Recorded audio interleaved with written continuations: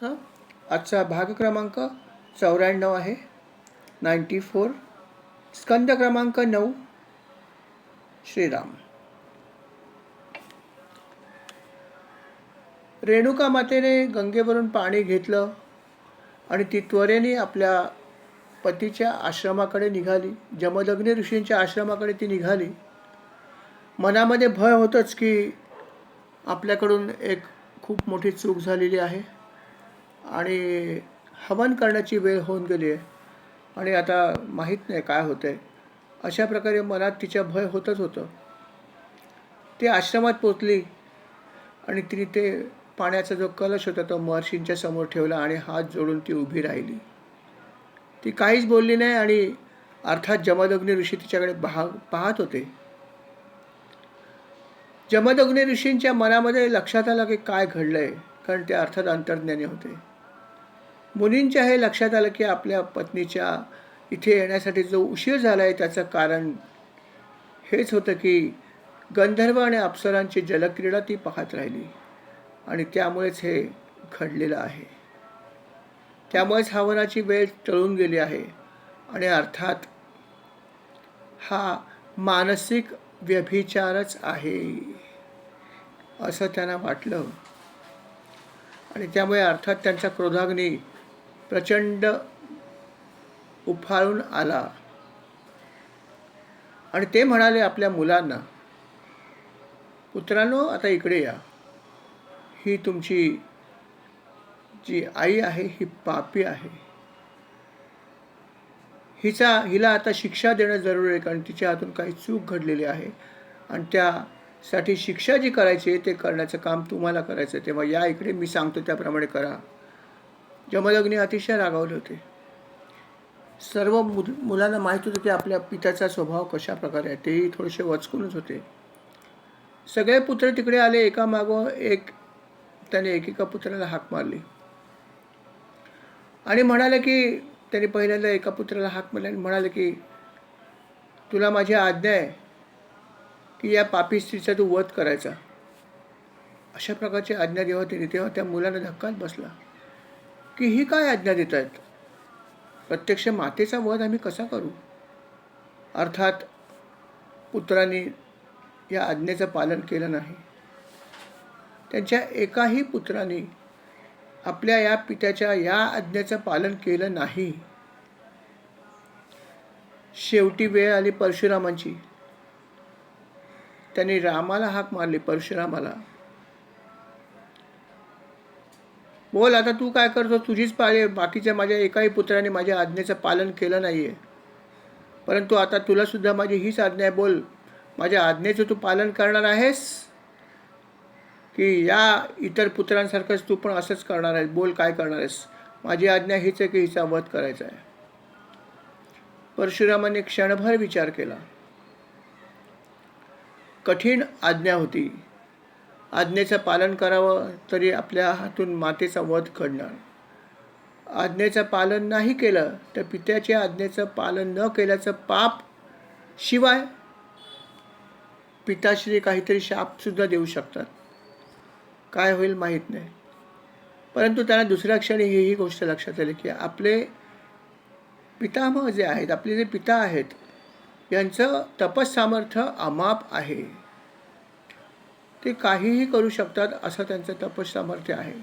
आणि ही गोष्ट त्यांना जेव्हा आठवली तेव्हा त्यांनी क्षणभरामध्ये निर्णय घेतला की नाही, जी आज्ञा आपली आहे तिचं मी पालन करणार.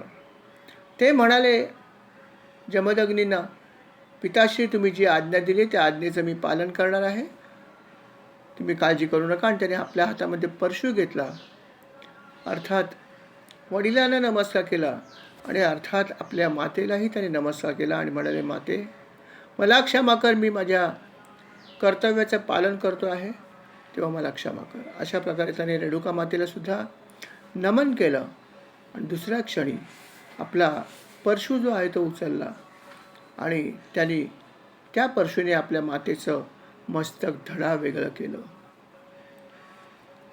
सर्वत्र हाहाकार उडाला.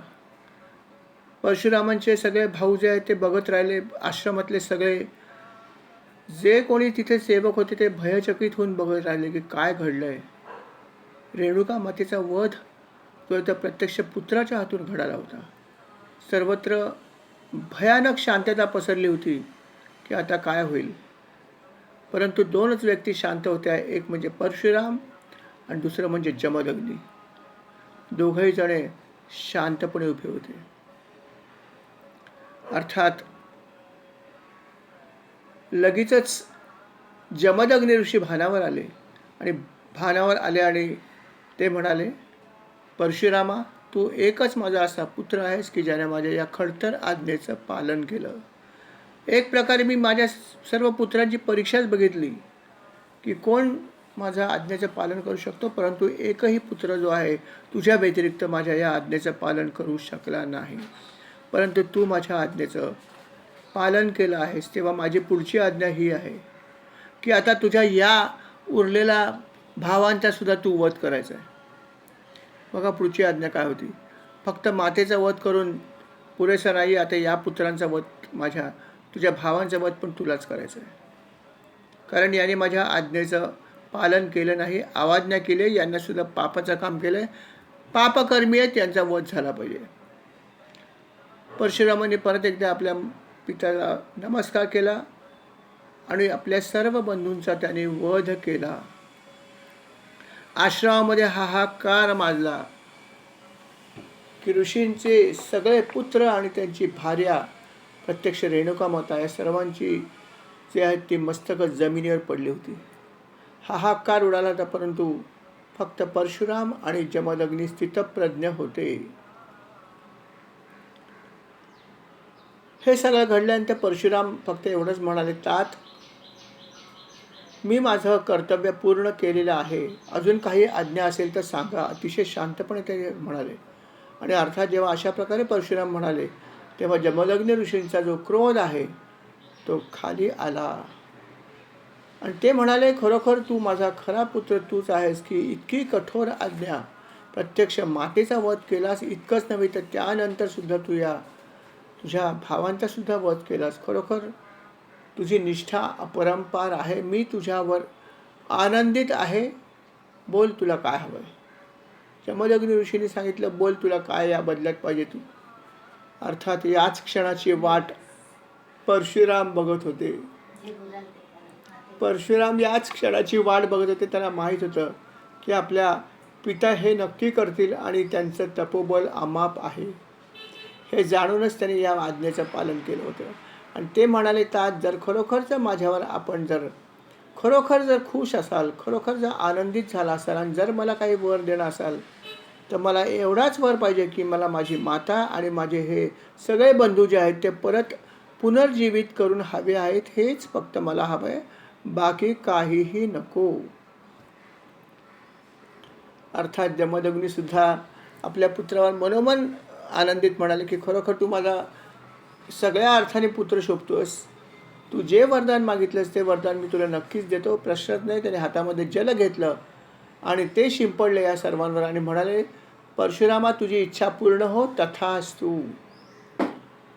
त्यांनी तथास्तु म्हणत्या क्षणी हे सर्वच्या सर्व, हे त्याचे सगळे भाऊ आणि अर्थात रेणुका माता जणू झोपेतून उठून बसावं त्याप्रमाणे सर्व उठून बसले आणि त्यांचं शरीर पूर्ववत झालं होतं.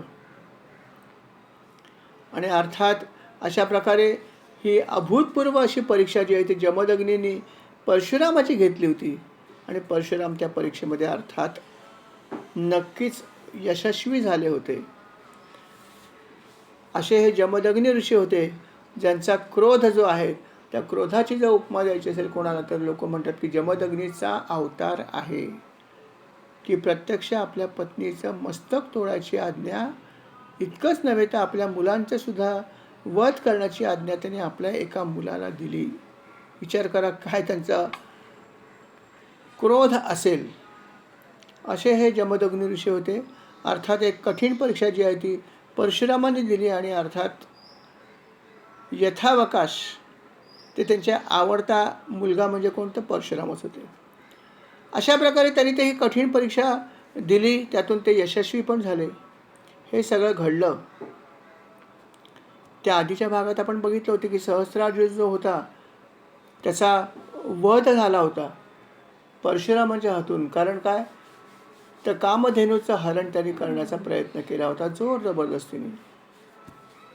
याला बरेच दिवस झाले होते, परंतु जरी बरेच दिवस झाले असले तरी सहस्रार्जुनाची जी मुलं होती, ज्यांना आपल्या पित्याच्या वधाची आठवण होती आणि त्याचा सूड त्यांना उगवायचा होता, आणि म्हणून ते वाट बघत होते की कधी संधी येते आणि कधी आमच्या या पिताश्रींच्या हत्येचा किंवा वधाचा कधी सूड घेता येईल याची ते वाट बघत होते. ते टेहळणं करत होते आश्रमावरती की आश्रमामध्ये कोण कोण असतं, कधी कधी असतं, काय काय असतं, सगळे बघत होते. आणि एक दिवस त्यांना हे लक्षात आले की परशुराम आपल्या तीनही भावांसह आश्रमाच्या बाहेर गेले होते, वनामध्ये गेले होते काही कामास्तव. बस याच संधीची ते वाट बघत होते. याच संधीची ते वाट बघत होते. जसे परशुराम आणि त्याचे भाऊ वनात निघून गेले, सहस्रार्जुनाचे जे पुत्र होते ते त्या ठिकाणी लगेच येऊन पोचले आणि अर्थात ते सशस्त्र आले होते. त्यांनी जेव्हा ह्या आश्रमामध्ये प्रवेश केला मुनींच्या, त्यावेळेस जमदग्नी ऋषी हे नेमके ध्यान करत बसले होते आणि आश्रमामध्ये बाकी कोणीही नव्हतं. अर्थात रेणुका माता तिथे होती. तेव्हा ह्या सहस्रार्जुनाच्या मुलांनी विचार केला की आता सुवर्णसंधी आहे, आपल्याला या आपल्या वडिलांच्या हत्येचा बदला घेण्याची ही संधी आहे. आणि त्यांनी अर्थात शस्त्र घेऊन त्या आश्रमावर चाल केली. त्यावेळेस रेणुका माता तिथे होती. तिला लक्षात आलं की कदाचित आता ही सहस्रार्जुनाची मुलं जमदग्नी ऋषींचा सुद्धा वध करू शकतील. तेव्हा ती मध्ये आली आणि ती म्हणाली की तुम्ही काहीही करा, पण यांना कुठल्याही प्रकारे त्रास देऊ नका. वाटल्यास तुम्ही माझा वध करा, पण यांना कुठल्याही प्रकारचा त्रास देऊ नका. अशा प्रकारची विनंती रेणुका मातेने अर्थात ह्या सहस्रार्जुनाच्या सर्व पुत्रांना केली. परंतु त्यांच्या मनामध्ये फक्त एकच भावना होती, ती म्हणजे सूड उगवण्याची. आणि त्यामुळे त्यांनी रेणुका मातेला सुद्धा अर्थात फरफटत बाजूला नेऊन टाकलं आणि ध्यान करत असलेल्या जमदग्नी ऋषींचा वध केला. ध्यान करता करता त्यांना मृत्यू आला. अर्थात फक्त त्यांचा वध करून त्यांचं पोट भरलं नाही, त्यांनी जमदग्नी ऋषींचं मस्तक सुद्धा जे आहे ते बरोबर ते घेऊन गेले. इतका राग त्यांच्या मनामध्ये होता. अर्थात आश्रमामध्ये हाहाकार माजला. रेणुका मातेच्या जो शोक तिला निर्माण झाला त्याला तर तोडच नव्हती. ती अत्यंत व्याकुल झाली होती आणि अर्थात अत्यंत विलाप करत ती परशुरामाला हाक मारत होती, रामा कुठे आहेस, अरे रामा कुठे आहेस, माझ्या पुत्रा कुठे आहेस रे, लवकर ये. अशा प्रकारे ती सतत त्याचा धावा करत होती. जेव्हा ही आई जेव्हा करुणपणे हे राम कुठे आहेस, हे राम कुठे आहेस, अशा प्रकारे जेव्हा धावा करत होती आणि अर्थात तो करुण असा आक्रोश जो आहे तो परशुरामांच्या कानावर गेला. ते आपल्या भावाला म्हणाले, नक्कीच काहीतरी संकट आलेलं आहे, आपण त्वरित परत जाऊया. आणि अर्थात तातडीने जे आहे ते परशुराम आपल्या भावांसह आश्रमात परत आले. आणि आश्रमात येऊन बघितलं तर काय, आश्रमाची संपूर्ण नासधूस झाली होती. आणि इतकंच नव्हे तर त्यांच्या पित्याचा वध झाला होता, त्यांचं कलेवर खाली पडलं होतं आणि त्यांचं अर्थात जे आहे ते शिर त्या ठिकाणी नव्हतं. हे बघितल्यावरती अर्थात परशुरामाला प्रचंड राग आला, दुःख झालं, राग आलं. त्यांना समजेना की हे असं कृत्य कोण करू शकतं की माझे वडील ध्यानस्थ बसले होते आणि ध्यानस्थ अवस्थेमध्ये त्यांचा वध केला. कोण ते पापी आहेत. अर्थात त्याने आपल्या आईला हे विचारणा केली की माते, हे अशा प्रकारचं अश्लाघ्य कृत्य कोणी केलं, कोण आहेत ते पापी की ज्यांनी माझ्या वडिलांचा ध्यान करत असताना वध केला, कोण होते सांग मला आता. अशा प्रकारे जे आहे ते विचारणा त्याने आपल्या ह्या मातेला केले. अर्थात मातेने सांगितलं, मातेने सगळी कहाणी सांगितली. म्हणाले, जेव्हा तुम्ही इथून वनात गेलात तेव्हा सहस्रार्जुनाची सगळी मुलं इथे आली होती आणि त्यांनी आश्रमाचा नाश केला, परंतु त्याचबरोबर तुझ्या वडिलांना सुद्धा वध करण्यासाठी ते इथे आले. त्यावेळेस मी त्यांची अनेक प्रकारची विनंती केली आणि त्यांना सांगितलं की कृपया तुम्ही ऋषींना काहीही करू नका, परंतु त्यांनी आमचं न ऐकता जमदग्नी ऋषींचा वध केला आणि इतकंच नव्हे तर त्यांचं मस्तकसुद्धा ते बरोबर घेऊन गेले आहे. अशा प्रकारे जेव्हा हे सगळं समजलं, परशुरामांना त्यांना प्रचंड राग आला. ते म्हणाले, मी आता प्रतिज्ञा करतो याच ठिकाणी की या पाप्यांनी जे काही केलं आहे मी त्यांचा संपूर्ण वंश निःक्षत्रिय करीन. मी या पृथ्वीतलावरचे सर्व पापी क्षत्रिय त्यांचा नाश करीन. जोपर्यंत मी या पृथ्वीतलावर आहे प्रत्येक वेळेस कुठलाही क्षत्रिय जो पापी आहे त्याला मी सोडणार नाही. अशा प्रकारची घनघोर त्यांनी प्रतिज्ञा केली आणि तिथूनच ते परशु घेऊन लगेचच उलट्या पावल्या अर्थात निघाले महिष्मती नगरीकडे, जिथे सहस्रार्जुनाची मुलं राहत होती. परशुरामांनी नगरीमध्ये प्रवेश केला. अर्थात मध्ये त्यांना अनेक सैनिक, अनेक प्रकारचे सैनिक तिथे होते, अनेक प्रकारचे घोडेस्वार होते, सगळे काही तिथे होते. सगळ्यांनी त्यांना अडवण्याचा प्रयत्न केला, परंतु अर्थात परशुरामांच्या समोर कोणीही टिकू शकला नाही. परशुरामांनी सर्वांचा वध केला आणि इतकंच नव्हे तर जी सहस्रार्जुनाची मुलं होती त्या सर्व मुलांचा त्यांनी जो आहे तो वध केला आणि इतक्या लोकांचा त्याशी वध करण्यात आला. इतके क्षत्रिय तिथे होते, त्या सर्व क्षत्रियांचा त्यांनी वध केला आणि त्या क्षत्रियांच्या रक्ताची एक नदी निर्माण झाली. इतक्या लोकांचा वध जो आहे तो परशुरामांनी केला. एकही क्षत्रिय त्यावेळेस तिथे त्या क्षेत्रामध्ये त्यांनी जिवंत ठेवला नाही. आणि हे झाल्यावरती सुद्धा नंतर त्याने हे ठरवलं की आता फक्त याच क्षेत्रातले नव्हे तर संपूर्ण पृथ्वीवरती जितके क्षत्रिय आहेत, विशेषतः जे पापी आहेत, त्या सर्वांचा आपण वध करायचा. अशा प्रकारे त्यांनी ठरवलं होतं आणि त्या प्रकारे त्यांनी त्यावेळेस सुद्धा जाऊन पृथ्वीवरती जाऊन जितके क्षत्रिय होते त्या सर्व क्षत्रियांचा नाश केला त्यांनी. आणि ते हेही म्हणाले की आता फक्त हा एकदाच नव्हे तर यापुढे मी प्रत्येक वेळेस असंच करणार आहे. जेव्हा जेव्हा हे अधर्मी लोक जन्माला येतील, जिथे इथे पाप करतील, या प्रत्येक क्षत्रियाला मी हीच जागा दाखवणार आहे. आणि अशा प्रकारे त्यांनी 21 वेळा पृथ्वीवरती अशा प्रकारचं कृत्य केलं. 21 वेळा क्षत्रियांचा त्यांनी वध केला. अर्थात संपूर्ण निःक्षत्रिय नाही झाली पृथ्वी, परंतु जे पापी होते विशेषतः त्या सर्व क्षत्रियांचा त्यांनी वध केला. एकीकडे हे सगळं त्यांनी केलं, पण दुसऱ्या बाजूला त्यांनी आपल्या पित्याचं शव जे होतं त्या शवावरती आपल्या पित्याचं मस्तक आणून जोडलं आणि मग त्यांनी अर्थात यज्ञ केला. आणि यज्ञ केल्यावरती अर्थात त्या यज्ञामध्ये त्यांनी अर्थात भगवंताचं पूजन केलं. आणि त्या पूजनामुळे असं घडलं की जमदग्नी ऋषी जे आहेत ते त्यांना एक वेगळ्या प्रकारचं शरीर प्राप्त झालं. स्मृतिरूप शरीराची त्यांना जी आहे ती प्राप्ती झाली आणि अर्थात ते जीवित झाले, परंतु ते वेगळ्या प्रकारे जीवित झाले. अशा प्रकारे परशुरामांच्या ह्या यज्ञामुळे महर्षी जमदग्नीने सुद्धा वेगळ्या प्रकारचं शरीर मिळालं आणि ते परत एकदा सजीव झाले. आणि सप्तर्षी जे आहेत त्या सप्तर्षीपैकी एक ऋषी म्हणजे 7वे ऋषी म्हणून त्याला ते स्थान मिळालं. अशा प्रकारे जमदग्नी ऋषींचा उद्धार जो आहे तो परशुरामांनी केला. जेव्हा जेव्हा पृथ्वीवरती अशा प्रकारे अनाचार माजायचं किंवा जेव्हा जेव्हा क्षत्रिय अशा प्रकारचा अनाचार करायचे, परशुरामांनी त्या सर्व क्षत्रियांना यमसदनाला पाठवलं. हे कृत्य त्यांनी 21 वेळा केलं. प्रत्येक वेळेस ते असं करायचे, त्या राज्य जिंकून घ्यायचे आणि नंतर ते अर्थात ते राज्य दान करून टाकायचे. सर्व ऋषीमुनींना किंवा ब्राह्मणाला दान करायचे.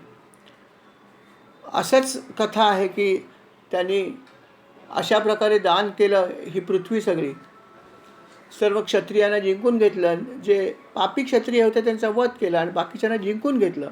आणि जिंकून घेतल्यावर त्यांनी अर्थात ती सगळी भूमी जी आहे ती दान देऊन टाकली. तिथे जेवढे ऋषीमुनी होते त्या सर्वांना त्यांनी हे दान दिलं. आणि दान दिल्यानंतर त्यांना तपश्चर्या करायची होती. आणि तपश्चर्या करण्यासाठी त्यांनी विचार केला की आता मी तपश्चर्या करू कुठे. कारण सगळी पृथ्वी मी जिंकली आहे, पण सगळी दान पण करून टाकली. दान केलेल्या गोष्टीला परत ग्रहण करता येत नाही. तेव्हा काय करायचं? असा त्यांना जेव्हा प्रश्न निर्माण झाला, तेव्हाच असं त्याने उल्लेख आहे एका कथेमध्ये, की तेव्हा ते समुद्राकडे गेले आणि समुद्राला त्यांनी विनंती केली, की हे जलदेवते मला जागा दे तपश्चर्या करण्यासाठी. असं जेव्हा त्यांनी सांगितलं, तेव्हा समुद्र थोडासा मागे हटला आणि त्यांनी एक भूमी तयार करून दिली, मोकळी करून म्हणाला, की इथे तुम्ही तपश्चर्या करू शकता, असं त्यांनी सांगितलं. आणि ती जी भूमी होती त्या भूमीला नाव पडलं निर्मळ. आपलं जे निर्मळ आहे वसईचं, त्याच्यामागे ही कथा पण आहे, की की परशुरामांनी सगळी भूमी जी आहे ती दान केल्यानंतर जागा जेव्हा शिल्लक नव्हती, तेव्हा समुद्र मागे हटला त्यांच्या विनंतीवरून आणि ती जी जागा निर्माण झाली ती अर्थात निर्मळ होती. मळ नसलेली निर्मळ आणि पवित्र अशी जागा जी होती, ती जागा परशुरामांना त्याने दिली आणि म्हणून ते निर्मळ क्षेत्र म्हणून प्रसिद्ध झालं. आणि याच ठिकाणी शंकराचार्यांचे एक शिष्यसुद्धा येऊन गेले, हे आपल्याला माहीत असेलच. तर अशा प्रकारे निर्मळ ह्या शहराची तेव्हा त्या भूमीची उत्पत्ती झाली, असा उल्लेखसुद्धा काही ठिकाणी आहे. परंतु अशा प्रकारे त्यांनी प्रत्येक वेळेस 21 वेळा ह्या क्षत्रियांचा नाश केला. त्याच्यानंतर मग भागवतामध्ये उल्लेख असा आहे, की जेव्हा त्यांनी हे असं कृत्य केलं, तेव्हा भागवतामध्ये असं म्हणलं, की त्यांची जी तपभूमी आहे ती महेंद्र पर्वत. कारण त्यांना ऋषी एकदा म्हणाले, की तुम्ही असं काही करण्यापेक्षा महेंद्र पर्वत जो आहे तो तुम्हाला आम्ही देतो, तुम्ही जा आणि तिथे जाऊन तपश्चर्या करा. आणि मग त्याच्यानंतर ती त्यांची महत्त्वाची काही नेहमीची जागा होती, की जेव्हा जेव्हा त्यांनी ही पृथ्वी जिंकली, क्षत्रियांना मारून टाकलं, नाश केला, तेव्हा तेव्हा त्यांनी तप करण्यासाठी ते महेंद्र पर्वतावर जायचे, असा उल्लेख आहे. आणि अशा प्रकारे ते त्यांनी प्रत्येक ठिकाणी जेव्हा जेव्हा हे अशा प्रकारे गोष्ट घडली, तेव्हा तेव्हा येऊन क्षत्रियांचा नाश केला आणि त्यानंतर सर्व गोष्टी जिंकून परत ते दान करून महेंद्र पर्वतावर जायचे आणि तिथे तपश्चर्या करायचे. अर्थात त्याच्या वडिलांनी त्याने सांगितले होते, की हे कृत्य तू करू नकोस, कारण राजांचा वध केला तरी पाप लागेल. आणि म्हणून कदाचित असेल, की त्यांनी हे सगळं झाल्यावर नेहमी यज्ञ केले वेगवेगळ्या प्रकारचे आणि दान दिलं. कदाचित ते जे काही समजा दोष लागत असेल, तो दोष जाण्यासाठी त्यांनी नंतर यज्ञ केले असावेत आणि त्यांचा दोष जो होता तो दोष त्यांनी घालवला असेल. आणि अशा प्रकारे जे आहे ते परशुरामांनी अवतारामध्ये आपलं काम केलं. त्यांचा तोच भाग होता मुख्य. त्याचा नंतरचा उल्लेख जो आहे तो त्रेतायुगामध्ये आहे, जेव्हा रामाने धनुष्य जेव्हा मोडलं, तेव्हा एकदा परशुराम जे आहेत ते प्रगट झाले होते, असाही उल्लेख रामायणाच्या कथेमध्ये आहे, जो आपण ऐकलेला आहे. नंतर मात्र अर्थात हा जो अवतार होता त्या अवताराचं काम तेवढंच होतं आणि म्हणून तो अवतार जो आहे तो महेंद्र पर्वतावर तपश्चर्या करत आहे असं मानलं होतं. कारण परशुरामांचा अवतार हा अर्थात जो आहे तो चिरकालीन अवतार आहे. 7 चिरंजीवामध्ये परशुराम पण आहेत, त्यामुळे तो अवतार समाप्त झालेला नाही. हा अवतार आजही आहे शिल्लक असं मानलं जातं. अर्थात तो आपल्याला दिसत नाही. आणि अशा प्रकारे ही परशुरामाची खूप सुंदर अशी कथा होती. याच ठिकाणी आणखीन एक महत्त्वाचा भाग त्यांनी सांगितले, की भृगुवंशी जे राजा होते, भृगुवंशी जे ऋषी होते, हे सगळे फार पुण्यवान असे सगळे ऋषी होते. भृगु ऋषी स्वतःच फार पुण्यवान होते, की ज्यांनी प्रत्यक्ष विष्णूंची परीक्षा घेतली होती, शंकराची परीक्षा घेतली होती, ब्रह्मदेवांची घेतली होती, की कुठला देव श्रेष्ठ आहे, असे हे ऋषी होते, भृगु ऋषी. तर हे जे होते यांच्या सर्व कुळामध्ये खूप सगळेच ऋषी जे होते ते अतिशय मोठे तपस्वी असे होऊन गेले, असा उल्लेख भागवतामध्ये आहे. त्याचप्रमाणे अजून एका महत्त्वाचा व्यक्तीचा उल्लेखसुद्धा आहे, ते म्हणजे गाधी नावाचा जो राजा होता, त्याचे जे पुत्र होते त्याच्यामध्ये एक जो होता तो विश्वामित्र होता, जो क्षत्रिय होता. विश्वामित्र हे अर्थात क्षत्रिय होते, परंतु नंतर जेव्हा त्यांना असं वाटलं, की आपलं क्षात्रतेज जे आहे हे क्षात्रतेजापेक्षा ब्रह्मतेज जे आहे ते जास्त प्रभावी आहे असं वाटलं आणि म्हणून त्यांनी क्षत्रिय धर्माचा किंवा क्षत्रियत्वाचा त्याग केला आणि प्रचंड तपश्चर्या करून खूप परिश्रमाने खूप कठीण अशी परीक्षा केली आणि यथावकाश ते ब्रह्मर्षी झाले. त्यांना ब्रह्मर्षी व्हायचं होतं. त्यांची अर्थात स्पर्धा होती वशिष्ठ मुनींबरोबर. आणि अर्थात यथावकाश खूप त्यांना वेळ लागला ब्रह्मर्षी बनायला, परंतु यथावकाश ते सुद्धा ब्रह्मर्षी बनले आणि क्षत्रिय धर्माचा अर्थात त्यांनी त्याग केला होता.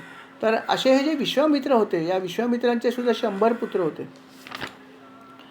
आणि या 100 पुत्र जे होते ते अर्थात त्या विश्वामित्रांच्या त्याला ते फार घाबरायचे. त्यांना माहिती होतं की आपला पिता खूप रागीट आहेत. पण एकदा अशी गंमत झाली की शुनशेप नावाचा जो भृगुवंशी पुत्र होता त्यांचा, याला विश्वामित्रांनी पुत्र म्हणून स्वीकार केला, शुनशेपाला. या शुनशेपाला हरिश्चंद्राने विकत घेतलं होतं. जेव्हा जलोदर झाला होता हरिश्चंद्राला आणि जलदेवतेला बळी पाहिजे होता, तेव्हा हरिश्चंद्राने शुनशेपाला विकत घेतलं होतं, अशी कथा आपण मागे ऐकली. त्यात तोच हा शुनशेप आहे. आणि शुनशेप जो आहे तो आपल्या वडिलांसाठी हे करायला तयार झाला. आणि म्हणून शुनशेपावरती विश्वामित्र खूप आनंदित झाले आणि म्हणून ते म्हणाले की तुझ्यासारखा पुत्र मला हवा आहे. आणि म्हणून त्यांनी शुनशेपाला आपला पुत्र म्हणून स्वीकारला केला. आणि मग ते आपल्या पुत्राला म्हणाले की आता आजपासून हा तुमचा पुत्र आहे असं समजा, आणि फक्त पुत्र नव्हे तर हा तुमचा थोरला भाऊ आहे असं समजा, आणि त्या प्रकारेच ह्याला तुम्ही वागणूक दिली पाहिजे. अर्थात विश्वामित्राने हे सगळं जरी सांगितलं तरी पण त्यांच्या पुत्रांना काही हे फारसं पटलं नाही. त्यांना असं वाटलं की ह्याला आम्ही कशाला मोठा भाऊ मानू, हा तर बाहेरून आलेला आहे. पुत्र माझ्या वडिलांना जरी वाटत असेल तो आमचा भाऊ नाहीच आहे, आणि त्यातून थोरला भाऊ कशाला होऊ असं त्याला वाटलं. आणि म्हणून त्यांनी काही त्याला तशा प्रकारचा मान दिला नाही, तशा प्रकारची वागणूक दिली नाही जी त्याच्या वडिलांना अपेक्षित होती. अर्थात ही गोष्ट विश्वामित्रांना समजली की माझी इच्छा असूनसुद्धा माझ्या या पुत्राने माझ्या इच्छेचा मान ठेवला नाही, आणि या शुनशेपाला मात्र ते भाऊ मानतच नाहीत. तेव्हा त्यांना प्रचंड राग आला आणि त्याने आपल्या मुलांना शाप दिला. म्हणाले अशा प्रकारचं वर्तन फक्त म्लेच्छच करत असतात, आणि म्हणून तुम्ही माझे पुत्र बनण्याच्या लायक नाहीत, तेव्हा तुम्ही म्लेच्छ व्हाल. अशा प्रकारचा शाप त्यांनी दिला. आणि मग त्यांचे पुत्र जे आहेत ते अर्थात म्लेच्छ झाले. परंतु त्याचा एक पुत्र जो होता तो मात्र म्हणाला की नाही, मी मात्र याला त्यांनी अगोदरपासूनच त्याचा एक पुत्र फक्त असा होता की तो मात्र याला खरोखर चांगली वागणूक देत होता. आणि तो म्हणाला होता की तात आपण जी आज्ञा मला केली होती ती मला मान्य होती आणि आजही आहे, आणि अर्थात शुनशेप माझा मोठा भाऊच आहे, त्यात काहीच प्रश्न नाही आहे. तेव्हा विश्वामित्र म्हणाले की खरंच तुझ्यासारखा पुत्र मला मिळाला, मी धन्य झालो. काळजी करू नकोस, आता यापुढे आपल्या गोत्रामध्ये सगळे चांगलेच पुत्र तुला होतील, अशा प्रकारचा आशीर्वाद पण विश्वामित्राने त्याला दिला. त्यानंतर हा जो राजा होता पूर्व नावाचा, ह्याचा सुद्धा एक पुत्र होता आयु नावाचा, आणि त्याचे सुद्धा अनेक पुत्र होते. अर्थात नहुष राजा, क्षत्रबुद्धी, रजी, रंभ नावाचा एक राजा होता. असा त्यांचा जो कुळ होतं ते बरंच मोठं होतं. बरेच राजे त्याच्यामध्ये होऊन गेले, पण त्या सर्व राजामध्ये एका राजाची फार कथा गंमतशीर आहे की ह्या वंशामध्ये एक रजी नावाचा एक राजा होऊन गेला. तो अतिशय पराक्रमी होता, अतिशय. आणि देव आणि दानवांचं युद्ध नेहमीच चालायचं परंपरेने. कधी बघा चालू युद्ध, कधी एकदा एखादा दानव एखादी तपश्चर्या करतो आणि मग ती शक्ती घेऊन तो परत एकदा लढणार, परत देव त्याचा पराभव करणार. कधीतरी एखादा भगवान विष्णू किंवा कोणीतरी अवतार घेणार, त्याचा वध करणार, परत काही दिवस शांतता, परत युद्ध सुरू, असं चालूच असायचं. आणि एकदा असंच झालं की देव आणि दैत्यांचं युद्ध सुरू झालं. अर्थात दैत्यांची शक्ती त्यावेळी जास्त होती. तेव्हा इंद्राने रजी नावाच्या ह्या राजाला सांगितलं की बाबा रे, तू मला मदत करशील का, तू खूप पराक्रमी आहेस. अशी मदत त्याने अनेक लोकांची पूर्वी पण घेतली होती. अर्थात रजी म्हणाला हरकत नाही. रजी इंद्राच्या मदतीसाठी गेला आणि अर्थात तो अतिशय पराक्रमी होता आणि त्यांनी त्या लढाईमध्ये दैत्यांचा पराभव केला. आणि जे काही दैत्यांनी हिसकावून घेतलं होतं देवांकडून ते सगळं राज्य हे त्यांनी घेतलं आणि इंद्राला परत दिलं. इंद्राला राज्य रजीने जिंकून दानवांकडून परत दिलं, पण इंद्राने घेतलं नाही ते राज्य. इंद्राला मनामध्ये भीती होती की मी राज्य घेतले की परत माझ्यावर दैत्य आक्रमण करतील, कारण अजूनही दैत्य पूर्ण संपलेले नाहीत. दैत्यांचा काही निर्वंश झालेला नाही आहे. दैत्यामध्ये अजूनही बरेच लोक आहेत. प्रल्हाद आहे ना, प्रल्हादाला कोणी मारू शकत नाही आणि प्रल्हाद शेवटी दैत्यच आहे, दैत्यपुत्रच आहे. तेव्हा हे सगळे जोपर्यंत आहेत तोपर्यंत मला भीती आहे. त्याच्यापेक्षा हे राज्य रजीकडेच राहू दे, काही झालं तरी तोच त्यांचं पारिपत्य करेल, आपल्याला बघायची गरज नाही. आणि म्हणून तो म्हणाला, हे राज्य जे आहे ते तुझ्याकडेच ठेव, मला राज्य नको, आणि रक्षण पण तूच कर. पांढरा हत्ती आहे असं त्याच्या हिशोबामध्ये झालं, आणि म्हणून तरी ते राज्य त्याला परत दिलं. अर्थात इंद्राने राज्य दिल्यावरती रजीने राज्य स्वीकारलं. त्याला राज्याचा लोभ नव्हता, पण इंद्राची इच्छा आणि इंद्राची सेवा म्हणून त्यांनी राज्य घेतलं. आणि जोपर्यंत तो राज्य करत होता, अर्थात ते राज्य सुरक्षित होतं, कारण तो अतिशय पराक्रमी असल्यामुळे दैत्य त्याला काही करू शकायचे नाही. परंतु यथावकाश रजीला मृत्यू आला, येणारच. शेवटी तो एक मानव होता, तो काही देव नव्हता, अमर नव्हता. त्यामुळे यथाकालीन त्याचा मृत्यू झाला.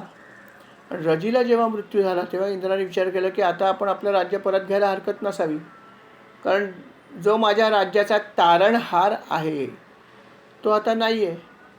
आणि मग इंद्र अर्थात खाली आला रजीच्या मुलांकडे, पुत्र त्याचे होतेच, आणि त्यांनी सांगितलं की माझं राज्य परत द्या, तुमच्या वडिलांना मी हे राज्य दिलं होतं चालवण्यासाठी, आता तुमचे वडील नाही आहेत, ते हे राज्य आम्हाला देऊन टाका.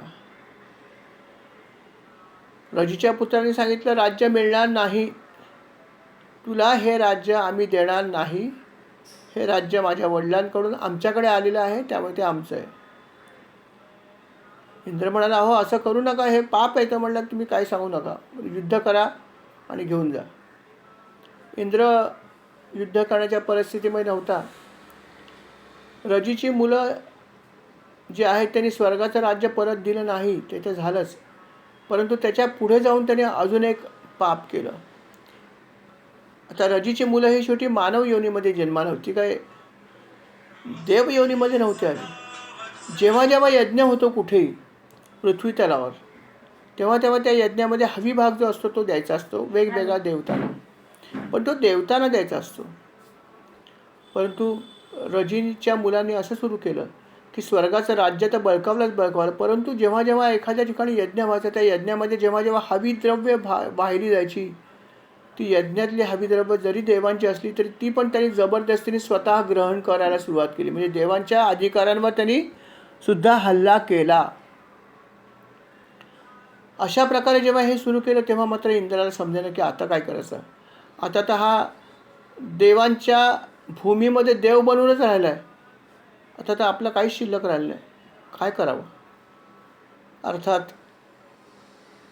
इंद्र गेला आपल्या गुरुजींकडे, बृहस्पतींकडे, देवगुरु बृहस्पती, त्यांच्याकडे गेलं. त्यांनी सगळी कथा सांगितली की महाराज असं असं घडलं आहे, बघा काय करायचं. रजीची मुलं राज्य देत नाहीत, वरून हवी भाग सगळा जो आहे ते स्वतःच ग्रहण करतायत, काय करायचं बघा, मला काही समजत नाही, तुम्हीच बघा काय करता येईल तर. अर्थात बृहस्पतीकडे उपाय होता. बृहस्पतींनी अभिचार विधीने हवन केलं, पण अभिचार विधीने. अभिचार विधी हा अर्थात त्याला आपण आपल्या शब्दांमध्ये म्हणतो की ब्लॅक मॅजिक.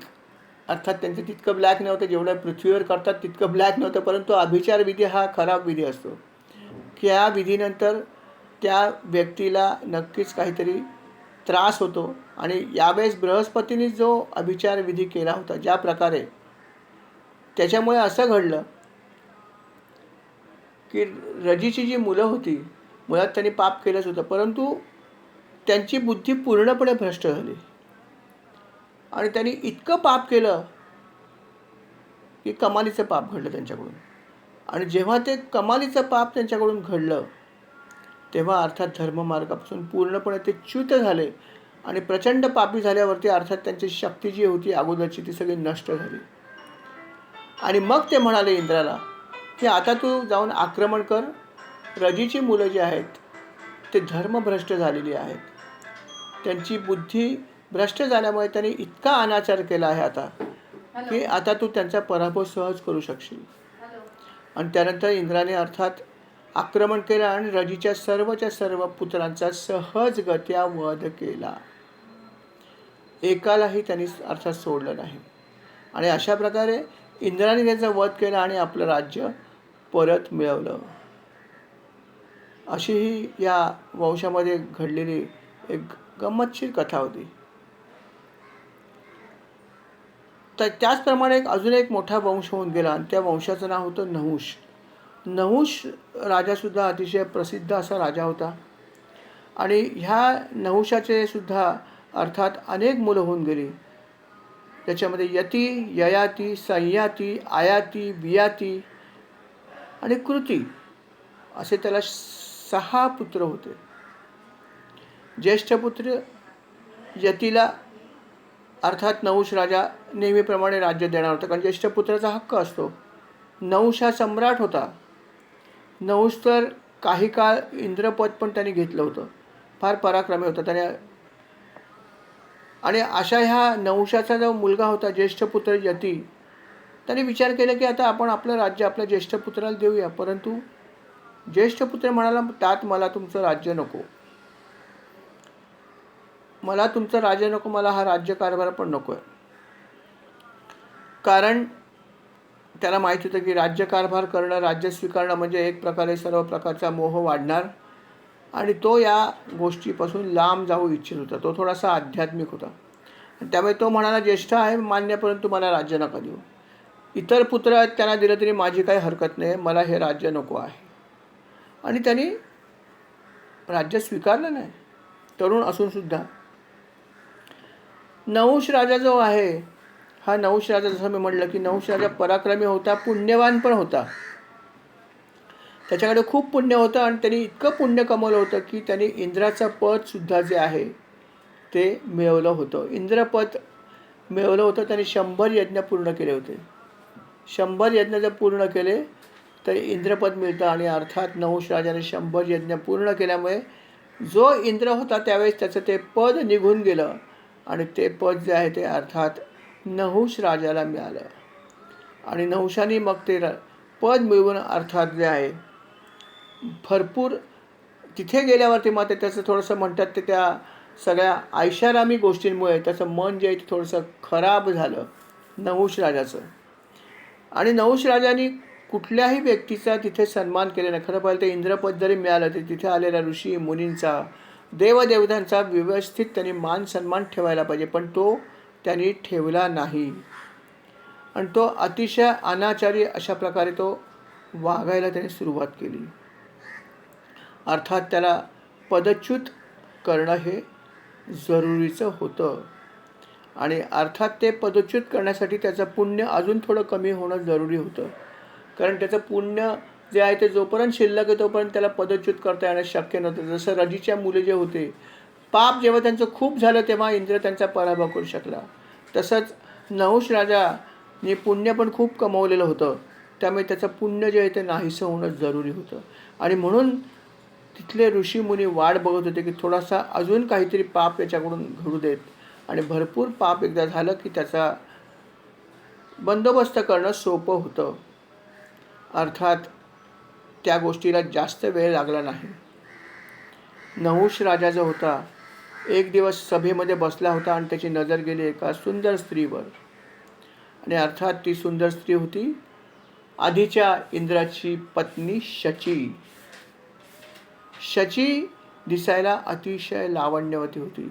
आणि जेव्हा या शचीला जेव्हा नहुषाने बघितलं त्याच्या मनात इच्छा झाली, जर मी इंद्रपद स्वीकारलं आहे, जर मी या स्वर्गाचा राजा आहे, तर ही स्त्री मला का मिळू नये, ही स्त्रीसुद्धा माझीच व्हायला काय हरकत आहे, अशा प्रकारची इच्छा त्याच्या मनात निर्माण झाली.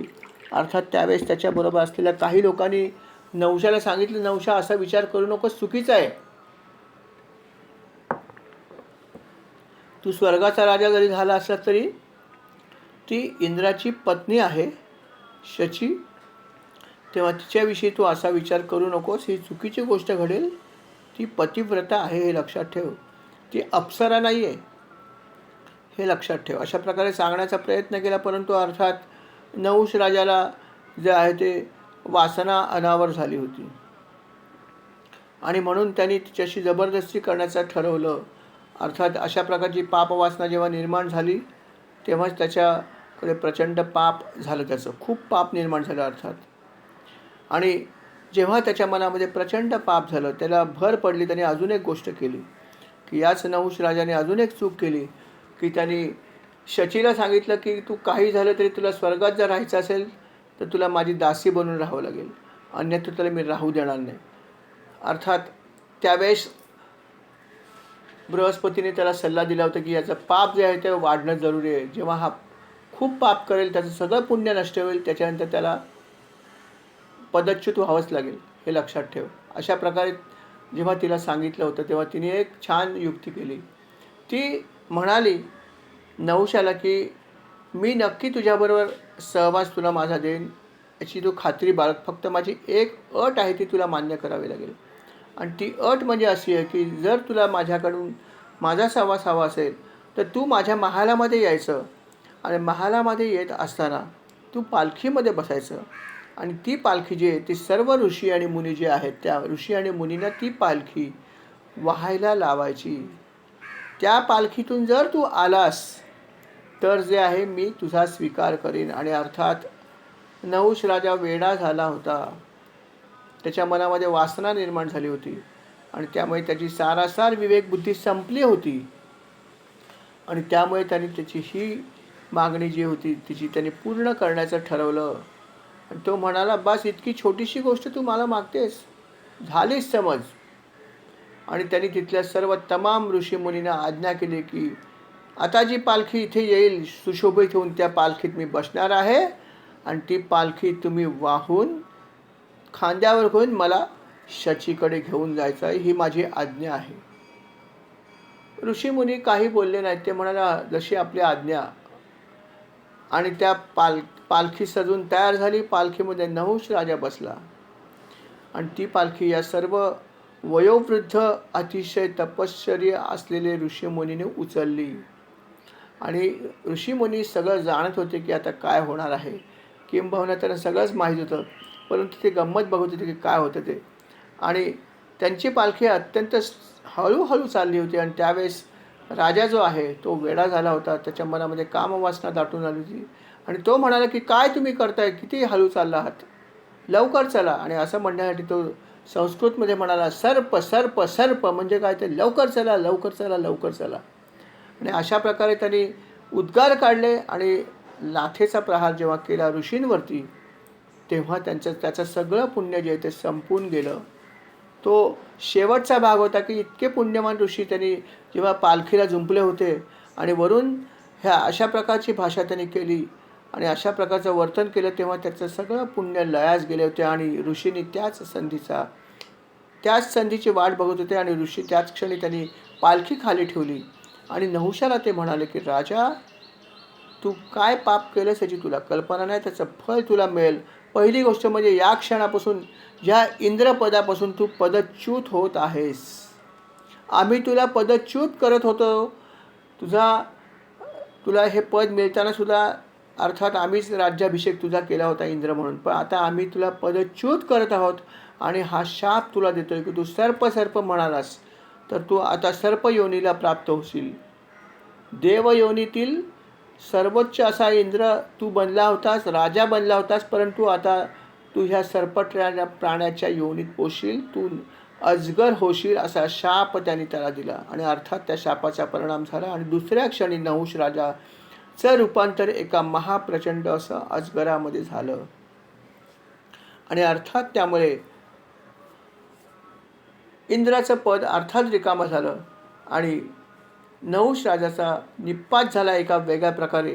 आणि मग इंद्राला आपलं राज्य मिळालं आणि अर्थात शची जी आहे त्या शचीने या ठिकाणी खूपच तिने चांगल्या प्रकारचं काम केलं होतं आणि अर्थात तिला सल्ला दिला होता बृहस्पतींनी. कारण बृहस्पतीने स्वतःसुद्धा रजीच्या बाबतीत हे असंच केलं होतं. काही अशा प्रकारचे त्यांनी यज्ञ केले की ज्याच्यामुळे त्यांची बुद्धी भ्रष्ट झाली होती. आणि आता ह्या सल्ल्यामुळेच अर्थात नहुष राजाकडून पाप घडलं होतं आणि त्या पापाचं फळ त्याला मिळालं होतं आणि तो पदच्युत होऊन या अजगराच्या योनीत गेला. असे ही कथा नहुषाची घडली. आणि याच नहुष राजाला जसं मी म्हटलं की 6 पुत्र होते. अनेक पुत्र होते 6. त्यातला प्रसिद्ध जो आहे तो म्हणजे अर्थात ययाती. ययाती हा अतिशय प्रसिद्ध आहे. आणि ययाती जो आहे तो नहुषानंतर राजसिंहासनावर तोच बसला होता. कारण जो ज्येष्ठ पुत्र होता त्याने सांगितलं की मी ही गादी, यतीने सांगितलं की मी ही गादी स्वीकारणार नाही. आणि मग त्याच्यानंतर जो पुढचा नंबर होता हा ययातीचा होता. म्हणून ययातीने मात्र हे सिंहासन स्वीकारायचं ठरवलं आणि यथावकाश तो त्या गादीवर राजसिंहासनावर आरूढ झाला. तसा ययाती चांगला राजा होता. ययातीने अर्थात आपले जे भाऊ होते 4 त्यांनासुद्धा त्याने आपल्या राज्यामध्ये वाटा दिला. त्यांना 4 दिशेला वेगवेगळ्या ठिकाणचं राज्य दिलं आणि तो चांगल्या प्रकारे राज्य करून तो राहायला लागला. याचीसुद्धा एक छोटीशी कथा आहे या ठिकाणी की ययाती हा अतिशय प्रसिद्ध राजा आहेच आहे. त्याच्या बऱ्याच काही गोष्टी आहेत.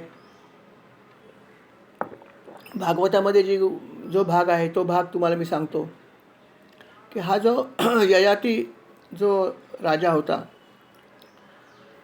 हा अर्थात जेव्हा राज्यावर होता त्यावेळेस तिथे शुक्राचार्य हे अर्थात गुरु होते. कोणाचे? दानवांचे किंवा असुरांचे गुरु नेहमीप्रमाणेच शुक्राचार्य होते.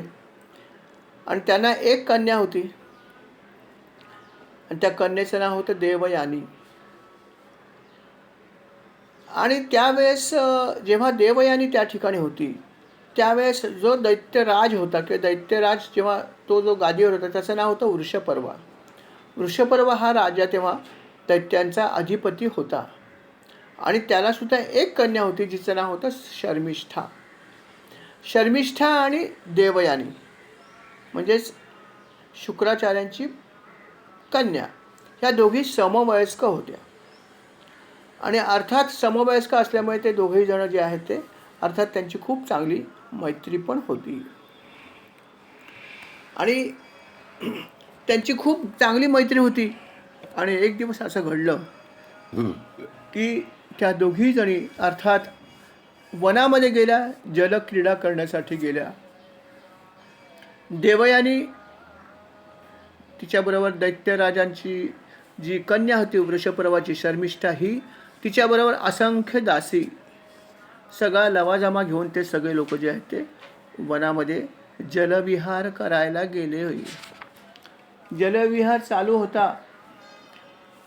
जलविहार करताना अर्थात आपली वस्त्र त्यांनी नेहमीप्रमाणे बाजूला काढून ठेवली होती कारण वनामध्ये कोणीही नव्हतं आणि म्हणून वस्त्र त्यांनी काढून ठेवली होती आणि जलविहार करत होत्या. जलविहार करताना किती वेळ गेला कोणाला काही समजलं नाही. विहार करतात आणि तेव्हा अचानक एक गोष्ट घडली की भगवान शंकर त्या ठिकाणी नेमके तिथून चालले होते. पार्वतीसह नंदीवर आरूढ झाले होते आणि ते तिथून जेव्हा जाण्यासाठी आले त्यांना बघितलं सर्व कन्या अर्थात लज्जित झाल्या. आणि मग लज्जित झाल्या आणि पहिलं काम त्यांनी काय केलं असेल तर आपली सगळी वस्त्र पटापट घेतली आणि परिधान केली. पण या गडबडीमध्ये असं झालं की शर्मिष्ठा जी होती या शर्मिष्ठेने घाईघाईने चुकून देवयानेचं वस्त्र जे आहे ते स्वतः परिधान केलं आणि देवयानेसाठी अर्थात शर्मिष्ठेचं वस्त्र शिल्लक राहिलं. देवयानी जेव्हा वस्त्र हातामध्ये घेतलं परिधान करतात ते लक्षात आलं की हे वस्त्र आपलं नाही आहे. आपलं वस्त्र कुठे गेलं तिने बघितलं तर शर्मिष्ठेने ते वस्त्र धारण केलं होतं. आणि त्यावेळेस देवयानीला अतिशय राग आला आणि तिने रागाच्या भरामध्ये उद्गार काढले, काय ही तुझी हिंमत, माझं वस्त्र तू परिधान केलंस, काय हे तू केलंस, किती चुकीचं गोष्ट केलीस. माझे बाबा तुमचे गुरु आहेत, गुरु कन्येचं वस्त्र तू नेसलंस, तू कोण आहे, तू यत्किंचित आहेत. एक तू यशकिचित अशी राजाची मुलगी आहेस आणि तू माझ्यासारख्या एका व्यक्तीचं, माझ्यासारख्या एका मुलीचं तू वस्त्र नेसलंस, अतिशय चुकीची गोष्ट केलीस, तू हिंमत कशी केलीस अशी.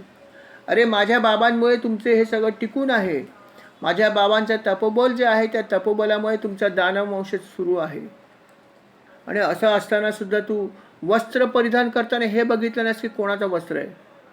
माझं वस्त्र तू धारणच कसं केलं. हा तिचा अर्थात गर्व होता. देवयानीला प्रचंड गर्व होता, सौंदर्याचा पण गर्व होता आणि अर्थात आपले बाबा हे असुरांचे मुख्य आहेत याचा पण तिला खूप गर्व होता. आणि म्हणून ते हे गर्वाने म्हणत होते की तू कशी हिंमत केलीस की माझं वस्त्र तू नेसलीस. माझे बाबा जे आहेत ते तुमचे कुलगुरू आहेत आणि त्यांच्या जोरावर तुमचं हे सगळं चालू आहे आणि तू कसं असं केलंस. अशा प्रकारे ती तिला वाटेल तशी बोलायला लागली. बराच वेळ जेव्हा ती बोलली तेव्हा मात्र शर्मिष्ठेला राग आला आणि मग शर्मिष्ठेने तिला प्रत्युत्तर दिलं. शर्मिष्ठा म्हणाली, तू काय बोलतेस ते तुला समजतंय का? तू कोणाशी बोलतेस तुला समजतंय का? अगं तू कोण आहेस? कोण आहेस? तुझे बाबा माझ्या वडिलांचे नौकर आहेत. मग तिने सुद्धा भाषा बदलली. बघा, असं तिनेही नाही बोलायला पाहिजे आणि हिने नाही बोलायला, परंतु राग आल्यावर सगळं चुकतंच ना. शर्मिष्ठा म्हणाली, तू कोण आहेस? तुझे बाबा जे आहेत ते माझ्या वडिलांच्या पदरी काम करतात. तुमचं सगळं पालन पोषण आमच्या मिळणाऱ्या गोष्टींमुळे होतं आहे. आमच्यावर तुम्ही आहात, आम्ही तुमचे पोशिंदे आहोत. आणि तुझी हिंमत कशी झाली? मी तर राजाची कन्या आहे. तू कोण आहेस? काय तुझ्या वडिलांकडे? काहीच नाही आहे. मी राजाची कन्या, माझ्याबरोबर हजारो दासी आहेत. माझे सगळे वस्त्र आणि अलंकार सोन्याने भरलेले आहेत. तुझ्याकडे काय आहेस? काहीच नाही. आणि तुझी हिंमत कशी झाली अशा प्रकारे हे करायचं? उलट तू माझे वस्त्र घातले याचा मला राग आहे. तू हे असं कसं केलंस? तुझी ही पात्रता आहे का? तुझी पात्रता काय आहे? तू माझी दासी बनण्याचे पण लायक नाही आहेस. अशा प्रकारे शर्मिष्ठेने सुद्धा अर्थात प्रत्युत्तर दिलं. आता दोघींचंही एकमेकीशी एवढी मैत्री होती, परंतु राग आल्यावर बघा काय घडलं. दोघी जे आहेत ते एकमेकांविषयी असे उद्गार करतायत आणि दोघींचं भांडण चालू झालं. सगळं राहिलं एकीकडे. दोघी जणी एकमेकाला शिवाशाप देतात, दोघींचं उणं दुणं करतायत. हे सगळं झाल्यावरती भांडण चालू आहे, भांडण मिटत नाही आहे. इतर कोणी मध्ये येऊ शकत नाहीत, कोणाची हिंमत नाही. कारण एक आहे ती प्रत्यक्ष राजाची मुलगी, दुसरी आहे ती गुरूंची मुलगी. कोण येणार मध्ये कोणाच्या? सगळ्या मैत्रिणी शांतपणे उभ्या राहायला घाबरून काय होतं माहीत नाही. आणि दोघींचं भांडण काय संपेना. आणि शेवटी भांडणाचा शेवट असा झाला की शेवटी शर्मिष्ठा जी होती ती अर्थात राजाची कन्या होती, क्षत्रियाची पुत्र होती ती. आणि अर्थात रागाचा परिणाम म्हणजे शेवटी जे व्हायचं ते घडलं. तिने आपल्या शक्तीचा वापर केला आणि देवयानीच्या अंगावरचं वस्त्र हिसकावून घेतलं. म्हणाली, तू भिकारणी आहेस. माझं हे सोनं लावलेलं वस्त्र तू अंगावर नेसण्याची तुझी हिंमत कशी झाली? आणि तिने तिच्या अंगावरचं वस्त्र काढून घेतलं आणि तिला जोर जबरदस्तीने ढकलून विहिरीत टाकून दिलं. बाजूला विहीर होती. शर्मिष्ठा अर्थात खूप शक्तिशाली होती, कारण क्षत्रियाची कन्या होती. आणि त्यामुळे तिने अर्थात अशा प्रकारचं एक कृत्य केलं. अंगावरचं वस्त्र काढून घेतलं आणि मग विहिरीत टाकून दिलं, जेणेकरून तिला बाहेर पण येता येऊ नये. आणि अशा प्रकारे तिला विहिरीत ढकलून दिलं. आणि शर्मिष्ठा आपल्या सर्व मैत्रिणींबरोबर, सर्व दासींबरोबर जमा घेऊन ती सरळ निघून गेली आपल्या राजवाड्याकडे. बराच वेळ झाला देवयानी विहिरीतच पडून राहिली, कारण बाहेर येऊ शकत नाही. अंगावर वस्त्र नाही, बाहेर कसं यायचं हाही प्रश्न होता. आतच ती कितीतरी वेळ पडली होती. आणि नेमकं त्याच वेळेस योगायोगाने ययाती राजा शिकार करत करत करत तिथे आला. शिकार करत करत तिथे आला आणि त्याला तहान लागली आणि त्याने विचार केला की पाणी कुठे मिळेल. आणि त्याला ती विहीर दिसली आणि तो त्या विहिरीजवळ आला आणि म्हणाला की बघूया विहिरीमध्ये पाणी कसं आहे, किती खोल आहे. म्हणून त्याने विहिरीत डोकावलं आणि बघून तो चकित झाला की विहिरीच्या आतमध्ये एक अतिशय सुंदर अशी स्त्री होती आणि ती स्त्री निर्वस्त्र होती.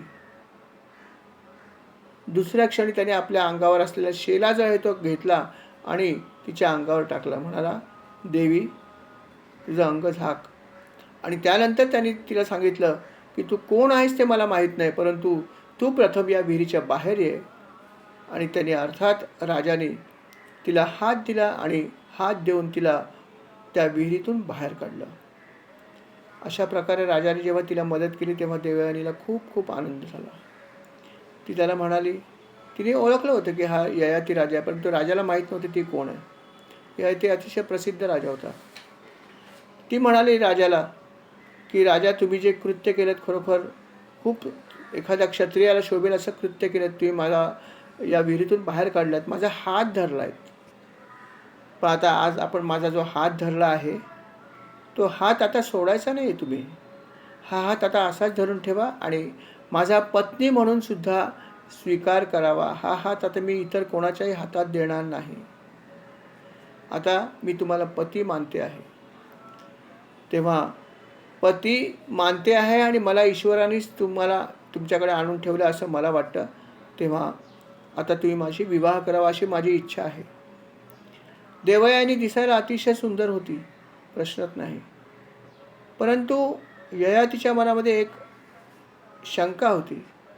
तो म्हणाला की देवी, मी तुला मदत केली हे सगळं चांगलं आहे, तू दिसायलाही सुंदर आहे हेही मान्य आहे, पण तू कोण आहेस हे सांगशील का? तेव्हा ती म्हणाली, मी अर्थात शुक्राचार्यांची कन्या आहे. माझं नाव देवयानी आहे आणि आपण माझ्याशी विवाह करावा ही माझी इच्छा आहे. तेव्हा ययाती म्हणाला की तू तर ब्राह्मण कन्या आहेस आणि मी तर क्षत्रिय आहे, तर मी तुझ्याशी कसा विवाह करू शकतो? तुझा माझा विवाह होणं शक्य नाही. असा उलटा विवाह होत नाही. तेव्हा मी तुझा कसं पाणी ग्रहण करणार? हा संबंध शास्त्राच्या विरोधात होईल. तेव्हा मला शास्त्र तोडणं बरोबर वाटत नाही आणि म्हणून तुझ्याशी मी विवाह कसा करू याचं उत्तर तूच दे मला. हे शास्त्राला धरून होईल का याचं उत्तर तूच दे. तू तर ब्राह्मण कन्या असते, तूच सांगे बरोबर आहे का चूक आहे. अशा प्रकारे जेव्हा ययातीने तिला प्रश्न केला तेव्हा ती म्हणाली, राजा, तुमचा प्रश्न बरोबर आहे, परंतु हे जे होत आहे ते बरोबरच होत आहे, कारण मला शाप आहे. मला शाप दिला आहे. कोणी दिला आहे? तर बृहस्पतींचा मुलगा कच. या कचाने मला शाप दिला. काय शाप दिला? की तुझा विवाह कुठल्याही ब्राह्मणाशी होणार नाही.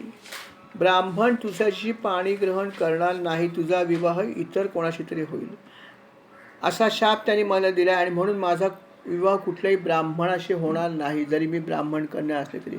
आणि म्हणून तुमच्याशी माझा विवाह होऊ शकतो, कारण मला शाप जो मिळाला त्यामुळे माझा विवाह असाच होणार आहे आणि देवानेच तुम्हाला माझ्याकडे पाठवलं आहे. तेव्हा तुम्ही माझा स्वीकार करा. मी जी आहे ती शुक्राचार्यांची कन्या आहे. तेव्हा आपण माझ्याशी विवाह करावा ही माझी आपल्याला विनंती आहे. अर्थात हे जेव्हा स्पष्टीकरण तिने दिलं तेव्हा राजाला ते स्पष्टीकरण पटलं की हे असं असेल तर आपण विवाह करू शकतो. आणि अर्थात देवयानी सुंदर फक्त नव्हती, तर प्रत्यक्ष शुक्राचार्यांची ती कन्या होती, साधारण ब्राह्मण कन्या नव्हती. दैत्यांचे गुरु महातपस्वी शुक्राचार्यांची ती मुलगी होती. त्यामुळे अर्थात ययातीला हा भाग जो होता तो पसंत होता आणि तो म्हणाला हरकत नाही, असं जर असेल तर मी नक्की तुझ्याशी विवाह करीन.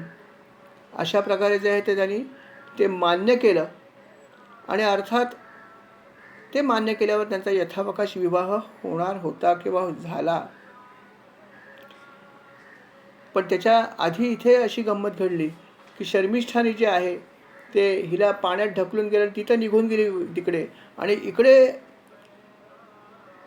तिचे जे वडील होते शुक्राचार्य ते आपल्या अर्थात मुलीची वाट बघत होते. यथावकाश त्यांची मुलगी म्हणजेच ही देवयानी जी आहे ती बाहेर आली आणि बाहेर आल्यावर अर्थात राजाच्या मदतीने ती राजाला घेऊनच गेली आणि म्हणाली, तिने सगळं सांगितलं बाबांना आपल्या काय काय घडलं, कसं भांडण झालं, काय झालं, कशा प्रकारे शर्मिष्ठेने जे आहे ते लोटून दिलं मला पाण्यात आणि निर्वस्त्र केलं, मग मला राजाने सोडवलं. हे सगळं तिने सांगितलं आणि सांगितलं की आता मला या राजाशी लग्न करायचं आहे. अर्थात शुक्राचार्यांना माहीत होतं की तिचा विवाह जो त्या ब्राह्मणाशी होणार नाही, म्हणून ते म्हणाले तुझी इच्छा मी नक्कीच पूर्ण करीन, परंतु या राज्यात आता मी राहणार नाही. ज्या राज्यामध्ये तुझा अपमान झाला, माझा अपमान झाला, त्या राज्यात मी राहणार नाही असं म्हणून त्यांनी त्या राज्याचा त्याग करायचा ठरवलं. आणि जेव्हा ही बातमी त्या राजाला समजली, वृषपर्वा जो दानवांचा राजा होता त्याला ही गोष्ट जेव्हा समजली, तो घाबरला. त्याने विचार केला, ही जर गोष्ट घडली तर आपला पराभव नक्की आहे.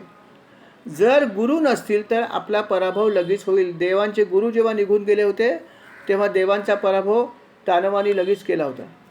आणि जर आपले गुरु जर इथून निघून गेले तर आपल्या कुठलाही वेळ न जाता आपला लगेच पराभव देव करतील, हे त्याला माहीत होतं. म्हणून तो घाबरला आणि तो म्हणाला, ऋषीवर तुम्ही काहीही मला सजा द्या, पण तुम्ही ही नगरी सोडून जाऊ नका आणि आमचं जे तुम्ही गुरुपद स्वीकारले ते सोडू नका, ही माझी विनंती आहे. तेव्हा ते फक्त एकच म्हणाले की मी देवयानीला सोडणार नाही. देवयानी जर थांबत असेल तर मी थांबेन, तू तिला सांग.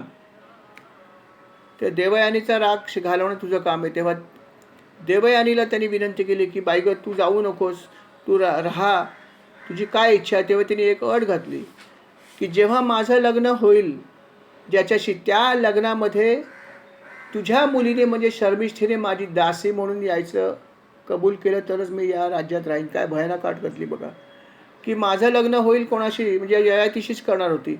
तर या राजाबरोबर जेव्हा मी जाईन लग्न करून तेव्हा माझी दासी म्हणून तुझ्या मुलीने यावं, ही अट मान्य असेल तर मी इथे थांबीन, आणि जर मी नाही थांबले तर बाबा पण माझे निघून जाणार. वृषपर्वाला किती कठीण अट घातली होती, पण वृषपर्वा राजा म्हणाला काय करायचं. तेव्हा शर्मिष्ठेला समजलं की अशा गोष्ट घडली. त्या शर्मिष्ठा म्हणाली वृषपर्वाला की बाबा, दैत्य कुळाचं जर भलं व्हायचं असेल तर ही अट तुम्ही मान्य करा. हा त्याग मी दैत्य कुळासाठी करायला तयार आहे. मी तिची दासी बनून जाईन, ही अट मला मान्य आहे. तेव्हा तुम्ही काहीही विचार करू नका आणि अटेला हो म्हणा. आणि अर्थात तिने खरंच महान त्याग केला होता शर्मिष्ठेने. आणि अर्थात ती अट मान्य केल्यावरती शुक्राचार्य जे आहेत ते अर्थात त्याच राज्यात राहिले. आणि मग यथावकाश ययातीचा विवाह झाला. आणि त्या विवाहामध्ये आंदण म्हणून ज्या दासी गेल्या त्याच्यामध्ये शर्मिष्ठासुद्धा एक होती. ती जी आहे ती अर्थात ययातीच्याकडे देवयानीच्या बरोबर दासी म्हणून गेली. किती मोठा त्यांनी त्याग केला होता बघा, आपल्या वडिलांसाठी, आपल्या वडिलांच्या कुळाच्या राज्यासाठी. आणि त्याच्या पुढे काय घडलं हा सुद्धा एक खूप छान भाग आहे, जो आपण अर्थात पुढल्या भागामध्ये ऐकूया. या ठिकाणी भाग क्रमांक जो आहे तो 94ला आपण समाप्त करूया. स्वल्पे रामदेया. श्रीराम समर्थ. श्रीराम. या भागाची सेवा महाराज मी आपल्या चरणी अर्पण करतो, स्वीकार करावा. कळत नकळत चूक झाली असेल तर क्षमा करावी आणि अशाच प्रकारची सेवा